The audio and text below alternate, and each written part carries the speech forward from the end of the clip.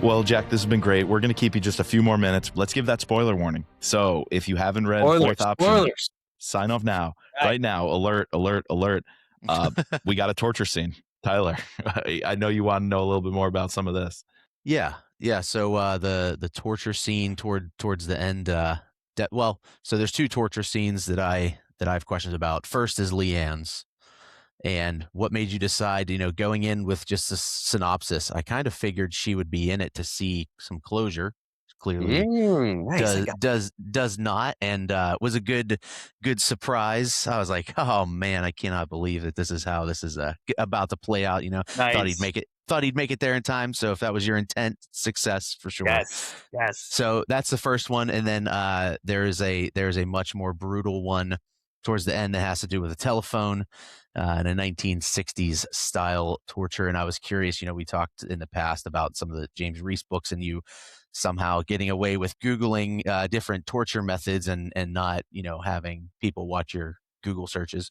But how do you research some of your torture methods, I guess, that you're not already previously aware of? Obviously you have your vast library, so I'm guessing somewhere in there you run into some of those. But I was curious about mainly making the decision to kill off Leanne and her torture scene and making it as brutal as it was. And then with Chris Walker's, device and the method. Yeah. So there's another one in there too. There's one between those two, and yes.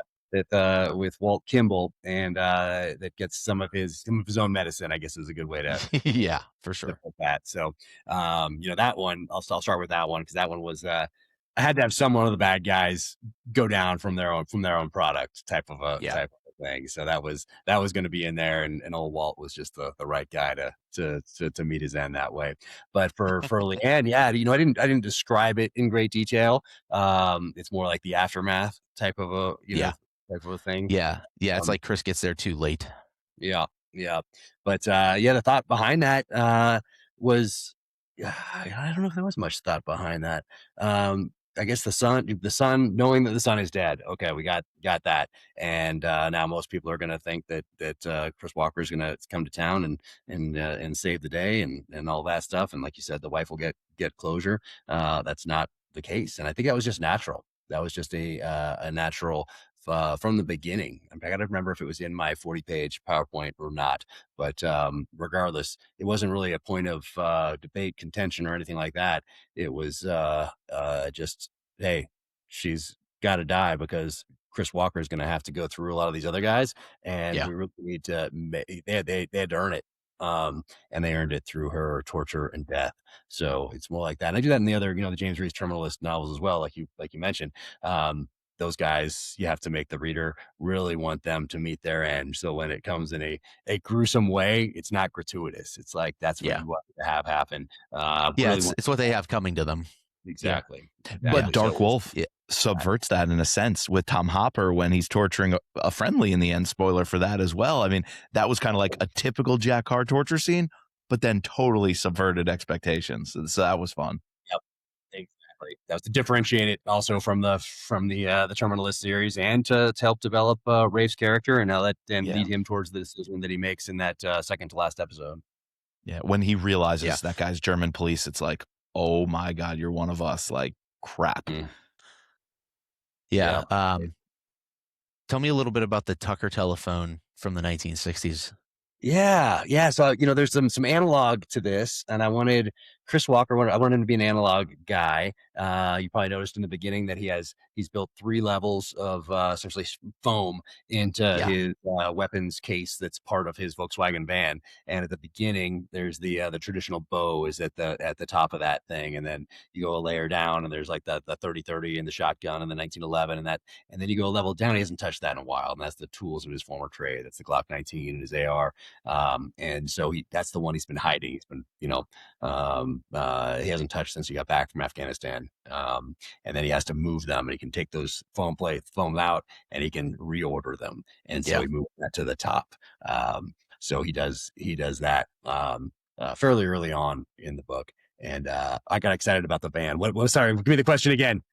Oh, it was the Tucker telephone and his you were talking about him being an analog guy. Yeah, analog. So I wanted that analog side of it. He has the typewriter in the van. He has that old clock in the van. He has the old watch. You know, he likes those. He'll get the watch, another spoiler. But so I wanted him to be an analog type of a guy. Also makes him harder to track and that sort of thing. And then I wanted him to share that with Connor, with the son who gets killed. You don't see it, just gets a telephone call. But I wanted him to be an analog guy too. So even though they didn't know each other, but Chris Walker feels responsible for the death of Connor's father in Afghanistan, I wanted them to share that. I wanted them to share something, because Connor wasn't in the military, he wasn't on that path, he wasn't following in his father's footsteps, but he was an analog guy too, and he wrote down these notes. And so I wanted them to share that trait. And then when you get near the end, then there's that torture scene with the Tucker telephone. And I can't remember if, I think I read about it being used in Vietnam. I don't think I read about it actually being used in Afghanistan. I'm not 100% sure on that. I should have taken a note. Sometimes I find, I'll do that research and then I won't be able to find it again, which is why I probably should be using Scrivener, where you can pull in websites and pull into your actual document. So they're all those things that you referenced are right there, and it's all organized. I did that for Savage Son, and then I thought I'd go back to it, and I never used it again, just because everything got so crazy. And I'm using the Word document, but so I think, and this is a little foggy now, but I think I read about it being used in Vietnam. And of course, it comes from the prison system in the I think it was the 60s, 70s, and this Tucker telephone thing that you kind of crank up and it puts this electricity through prisoners. And they did that in Vietnam, and they may have done it. And I might have read about someone using it in Afghanistan, but I'm not positive. But for sure, read about it in Vietnam. And so I just pushed that forward and said in the book, fictionalized version, that they used it in Afghanistan in this place called the Salt Pit. And so one of the guys that is actually part of those units, the 0 units working for the CIA that are Afghan, he did that back there. And so he revisits that on Chris Walker in present day, just outside of New Orleans. So so that's where that came from. And also they were in an off the grid type of a cabin. And I thought, well, okay, where's this guy built this thing? What years did he build it? Okay. What would they have? Would they have communication back then? Oh, they must have be an old telephone. And I gave that guy an old typewriter as well. So had him a little bit older. So it really worked with what was available to that Afghan to use. And there was that touch point with both the CIA, Vietnam, and Tucker telephone being used against prisoners here in the United States. So so that's where that came from. Yeah. So up to, I wrote down like some of my favorite like little action set pieces. So the trap house and preparation to go into the trap house, I absolutely loved him trying to disguise himself as homeless and jumping into the driver's side of the Cadillac with no door. I don't know why your description of that was easy to visualize. I loved it, especially with him with the mono nod and hitting and getting the IR beam on the guys on the porch. I also loved in this book, you described a couple of simpler bad guys, kind of goons with no name tag, as just their descriptors. So there's a guy sitting on a cooler, you reference him as cooler. There's a guy with a flat brim hat, you reference his as flat brim. So I really like that as a couple descriptors when you have just a couple of like goons around. I don't recall maybe like someone's physical description really being like their name title in some of your other books. So in here, I don't know, it was just kind of a fun little descriptor. They're not worthy of names. Like, because in the other books, the James Reese terminal, usually the bad guys. Like, you've gotten to know them, the thing. And if they're kind of a nondescript guy and it's part of a group of, you don't really need to differentiate them because of whatever. It's at night, there's 3 guys behind this tree, whatever it is. Henchman number 1, henchman number 2. Yeah. I really needed to describe them somewhere without giving them a huge backstory. So they got physical descriptors, and it started with the van. They getting robbed in the van with those 2 guys that show up. So I started it there, and I was like, "Oh, this works." And then I got to that other section, and I just kept doing it. And I capitalized not the guy with the flat brim, but capital F, capital B, flat brim. Yeah. So would you do that in real life? Would you do that downrange? Would you do it downrange, like in real life? If you saw a guy like you call him Harry because he's hairy. Calling out descriptors. I didn't think about that when I did this book. And everyone just like kind of picks up on it, and like it just becomes the jargon. Gosh, I think it's just kind of triggering a memory, but I'm not 100% sure if I'm just conflating it now or not. I don't know. A lot of time has passed, but it just seems so authentic to something that you would have been through. Let's go with that. Yeah, let's go with that. Well done. It came out that I didn't even know it was coming out. Yeah. Yeah. I like. Anytime you did it throughout the book, I immediately thought in Austin Powers, whenever Michael Caine goes, "Look at you, you haven't even got a name tag." And he ends up just like falling down. He's just a goon with no name tag. Yeah. So it just made me chuckle every time you did it because I immediately thought of that. Not worth a name. A couple of other things was the pier. I loved the pier scene, and that interrogation is pretty solid. And I was wondering if you could talk a little bit about him doing that interrogation with the squad car on the pier, and then being interrupted, and him setting off some surprises for those interrupters. Yeah, no, it was. So he is pushed into the Mississippi River earlier by another bad guy, and he disposes of that guy as well, which I like. I liked writing that scene as well, and then takes his guns, takes his badge, that sort of a thing, gets rid of the evidence into the Mississippi the same way they were trying to get rid of him. But the guy, the senior level detective that was there and kind of gave the order to do that, got out of there. And so I did go back and forth in my head about, hey, this is similar to how he gets this other guy in the Mississippi. But I was like, that guy was already dead. So it's really just getting rid of evidence. And I'm like, oh, this is a good way to torture somebody. I'm like, I can't not use this pier and put this bad cop in the back of the car, lock him in there like a suspect, and then inch this thing closer to the edge of this pier and have Chris Walker like revving it, and then gets a little closer, as the guy's sweating. And he's already, up to that point, he's already nervous about this guy, Chris Walker, and who he is and how is he. He's the guy that's getting nervous and sweating it. There's a great line on that page where you put in there, his recognition, once he realizes it's Walker, his recognition turns to terror because he realizes what's about to happen. So yeah, he's in conversation with Bates before that, and Bates is more cool, collected, and then this detective is the one that's he's nervous. He's like not feeling right about this, and then sure enough, he goes to do his weekly collection, and Chris Walker is there to ask him a few questions, and then so it's kind of like what's available. It's and in this case, there was a pier, there was a car, there was a way to lock somebody in the back of the car because it's usually for a suspect, caged in the back. And so I'm like, hey, I can't not make use of that here. And then he had some visitors. He had some visitors from this drug cartel, and I got to use some of that EOD knowledge that he has, that Chris Walker has. He's been now to stop by Home Depot and a couple other places. Cabela's.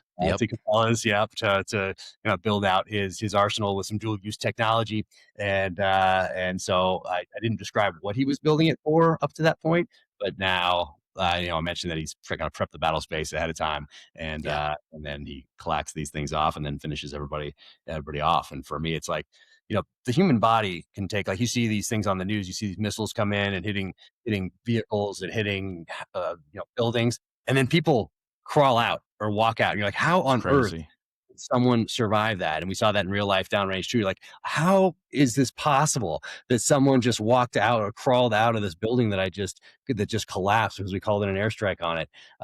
So I have these IEDs go off, boom, and they're IED type, claymores that you can make yourself, that we made in the SEAL teams actually. So I had those things set up, boom. So it, peppers the vehicles and all that stuff, but it's not just like the vehicles explode like in Hollywood or something like that.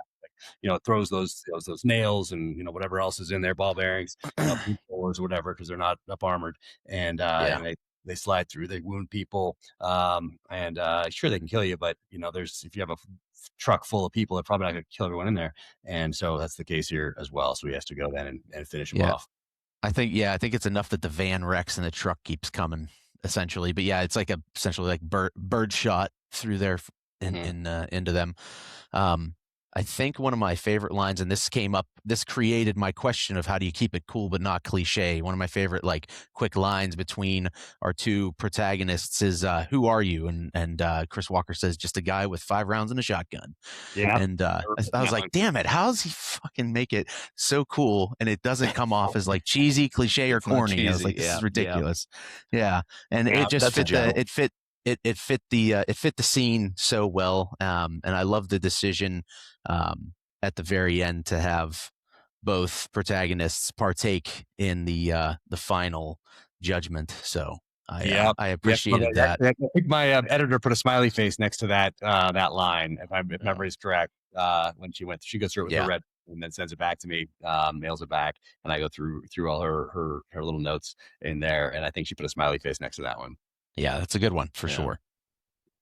Thank you. Yeah, the end piece was good. I wanted them to be. I wanted to bring Jarrett Stanton closer to Walker, and then Walker a little bit closer to Jarrett Stanton, and not have. Instead of talking spoilers, I didn't want him to go through and kill everyone. So part of this is that at the end, there is a form of justice for some of the bad guys. So he doesn't just go kill everybody on his list like James Reese would, or people might expect a James Reese novel, and maybe they're reading this, they might expect that. But I wanted him to get closer. I wanted him to be okay with seeing the law and see justice take its form in the form from the federal government, from the FBI going in to arrest a couple of the last bad guys. So I really wanted that to be the thing that Chris Walker's okay with. And to see that happen, and then for Jarrett Stanton to have his family threatened very directly at the end, and then him knowing that, okay, this is my responsibility now, and this is sometimes you have to uphold justice. That is not you have to break the law, and so together, and that bonds them together as well. That was the intent of not killing everybody off, is to have to differentiate it from James Reese. And this is really an exploration of that justice, and to bring those two characters from very different backgrounds together. Because Jarrett Stanton, family man, college, law school, FBI, never pulled his gun and killed somebody in the line of duty, data-driven guy, building his cases, that sort of a thing, and doing all the right things to make that next rank. And then essentially Chris Walker doing all of the opposite things, and have them together at the end. All right. Well, I think you covered most of my quick questions for it being I thought you were going to ask. No, go ahead. I thought you were going to ask me if I ever thought about killing the dog off. No, I have a feeling that never crossed your mind. It did cross my mind. Wow. Yeah. Because I thought people would think, oh, he's never going to kill this dog off. So in the outline, first dog survives. And I was sleeping on it. And then dog died for a moment. And then I actually read the part that MP Woodward sent me that, and I was like, nope, Paladin's living. And there was no way.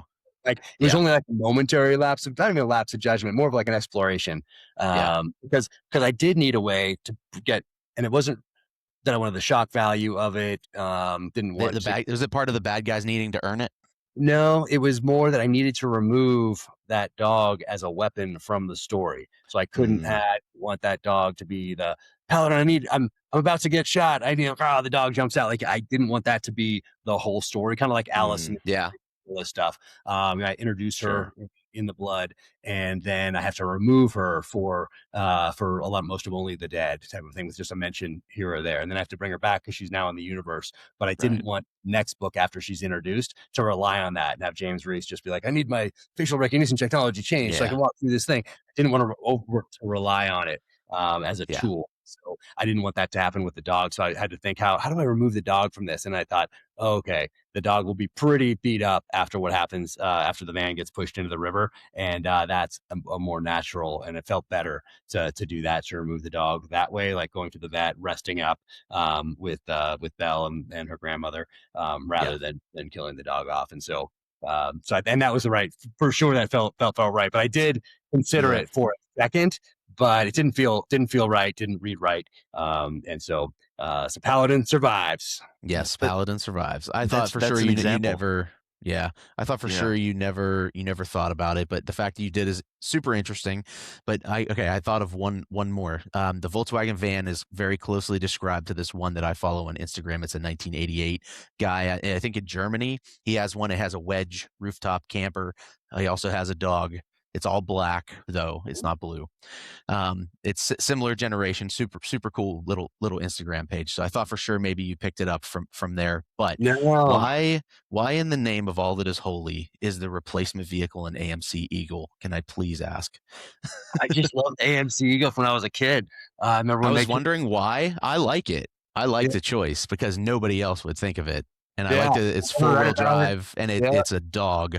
But I was just curious what made you choose that? Yeah, I've never seen it in a television show or a movie or a book. Never read about it in a thriller before. But as a kid, I remember when those things came out, and I was always like, "Oh man, look at that! Look at the big tires on that station wagon. It says, 4-wheel drive or whatever, AMC Eagle." I'm like, "Man, that is so cool! It's like lifted, from the factory." Yeah, they were lifted from the factory. They're awesome.